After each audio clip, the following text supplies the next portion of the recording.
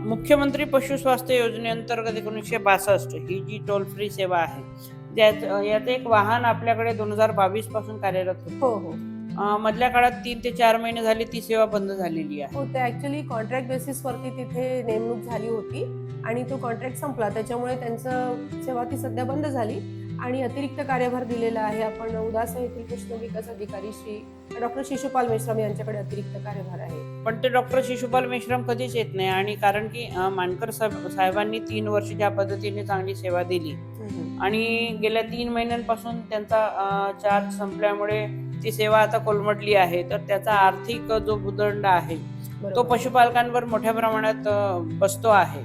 तर यासाठी आपण शासनाकडे काही मागणी कराल किंवा तुमचे जे वरिष्ठ आहे त्यांच्याकडे ही सेवा पूर्ववत करण्यासाठी मागणी करावी अशी सर्व पशुपालकांची मागणी आहे. बरोबर आम्ही मागणी केलेली आहे, वरच्या कार्यालयामध्ये पत्र दिलेलं आहे तसं.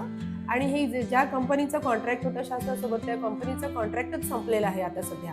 म्हणजे येत्या 15 दिवसात ते नवीन नेमणूक करणार होते, पण कंपनीचं कॉन्ट्रॅक्ट संपल्यामुळे आता तो नव्याने करार करावा लागेल शासनाला आणि त्याच्यानंतर होईल. मीन वाईल डॉक्टर शिशुपाल मेश्राम हे रेग्युलर येतील, याकडे मी आता म्हणजे जातीने लक्ष देईन.